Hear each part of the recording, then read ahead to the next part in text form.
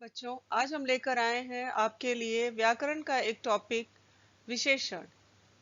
जैसा कि आप लोग देख सकते हैं, ये एक बगीचे का चित्र है और इस बगीचे में एक काला घोड़ा दिखाई दे रहा है, मोटा लड़का दिखाई दे रहा है, पीला फूल दिखाई दे रहा है, लाल चिड़िया दिखाई दे रही है, लाल सेव दिख रहा है।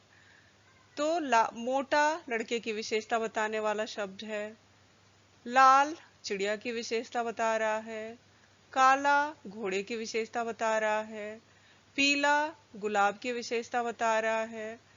आइए पढ़ते हैं विशेषण की परिभाषा। संज्ञा अथवा सर्वनाम की विशेषता बताने वाले शब्द को विशेषण कहते हैं। विशेष्य, जिसकी विशेषता बताई जाती है उसे विशेष्य कहते हैं। जैसे मोटा लड़का, मोटा विशेषण हुआ और विशेषता किसकी बताई जा रही है? विशेषता लड़का की बताई जा रही है, तो लड़का विशेष्य हुआ। जैसे काला घोड़ा, तो काला घोड़े की विशेषता हुई और घोड़ा क्या हुआ? घोड़ा विशेष्य हुआ।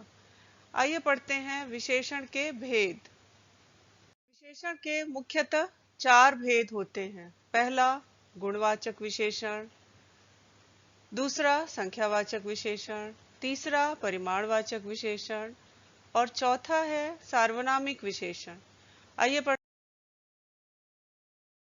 गुणवाचक विशेषण, जिन विशेषण शब्दों से संज्ञा अथवा सर्वनाम के गुण, दोष, भाव, रंग, दशा, दिशा, अवस्था, आकार, स्थान, देश, काल आदि का बोध हो, उन्हें गुणवाचक विशेषण कहते हैं। जैसे सुंदर तितली उड़ रही है, लड़की लाल गुब्बारे से खेल रही है, मोर रंग बिरंगे पंख फैलाकर नाच रहा है, काला कौवा उड़ रहा है, बगीचे में लाल गुलाब खिला है, चितकबरी गाय घास खा रही है। बच्चों, सुंदर तितली, यहाँ तितली की विशेषता बता रही है। लाल गुब्बारे, गुब्बारे कैसे हैं? गुब्बारे लाल हैं। मोर रंग बिरंगे पंख फैलाकर नाच रहा है। कैसे पंख फैलाकर नाच रहा है? रंग बिरंगे पंख फैलाकर नाच रहा है। काला कौवा, कौवा कैसा है? काला है। तो ये सभी विशेषता बताने वाले शब्द हैं। जैसे लाल गुलाब, गुलाब के रंग के बारे में बता रहा है। चितकबरी गाय, गाय की विशेषता बता रहा है। तो ये सभी गुणवाचक विशेषण के अंतर्गत आते हैं। आइए पढ़ते हैं विशेषण का दूसरा भेद, संख्यावाचक विशेषण। ऐसे शब्द जो संज्ञा व सर्वनाम की संख्या का बोध कराते हैं, उन्हें संख्यावाचक विशेषण कहते हैं। जैसा कि इसके नाम से ही प्रतीत होता है, संख्या, संख्यावाचक विशेषण में स्थान, प्राणी अथवा वस्तुओं को हम गिन सकते हैं। संख्यावाचक विशेषण के भी मुख्यतः दो भेद होते हैं। पहला निश्चित संख्यावाचक और दूसरा अनिश्चित संख्यावाचक। जैसे तीन तितलियां आसमान में उड़ रही हैं, दो हिरन बगीचे में घूम रहे हैं, दो बच्चे पाठशाला जा रहे हैं, सड़क पर दो कार खड़ी हैं। ये सभी निश्चित संख्यावाचक विशेषण के अंतर्गत आते हैं। और अनिश्चित संख्यावाचक विशेषण के अंतर्गत, जैसे तीन तितलियां की जगह हम बोलेंगे कुछ तितलियां आसमान में उड़ रही हैं, कुछ हिरण बगीचे में घूम रहे हैं, कुछ बच्चे पाठशाला जा रहे हैं।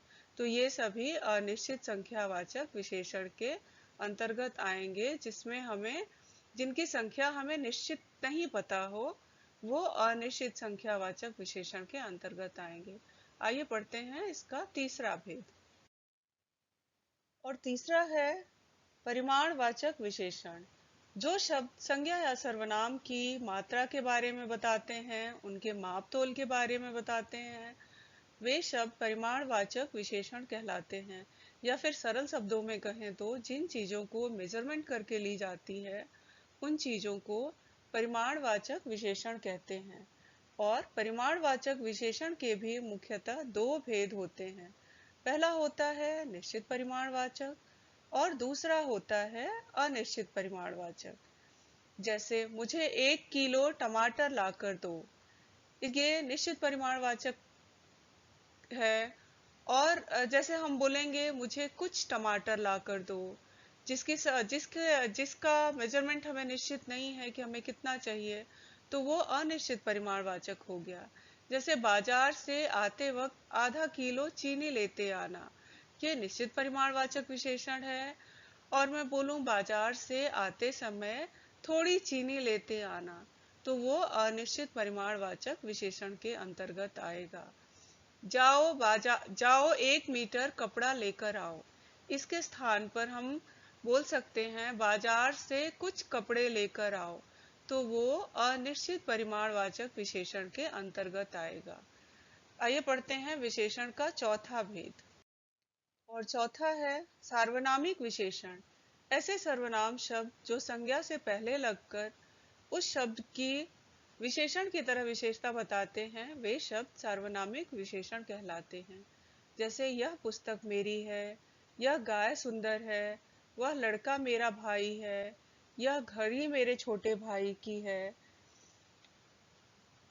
जैसे यह, वह सर्वनाम शब्द संज्ञा से पहले आकर उनकी विशेषता बता रहे हैं, अतः यह सार्वनामिक विशेषण है। सार्वनामिक विशेषण को संकेतवाचक विशेषण भी कहते हैं। धन्यवाद।